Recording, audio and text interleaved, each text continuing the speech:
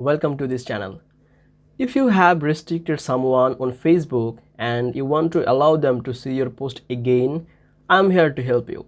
In this video, I will show you how to unrestrict someone on Facebook or Messenger. So to do that, first of all, you have to open the Messenger on your phone. Then click on this three-dot menu icon from the bottom right corner.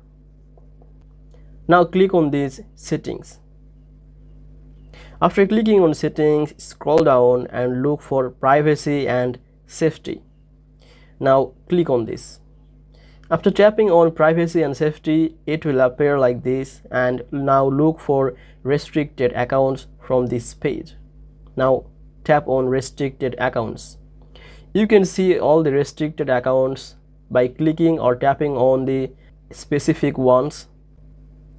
Now just tap on this unrestrict. And that's it. Now the person you unrestrict can see your post, update, and can contact with you. So if you think this video was helpful, please make sure to like and subscribe this channel. I will see you in the next video.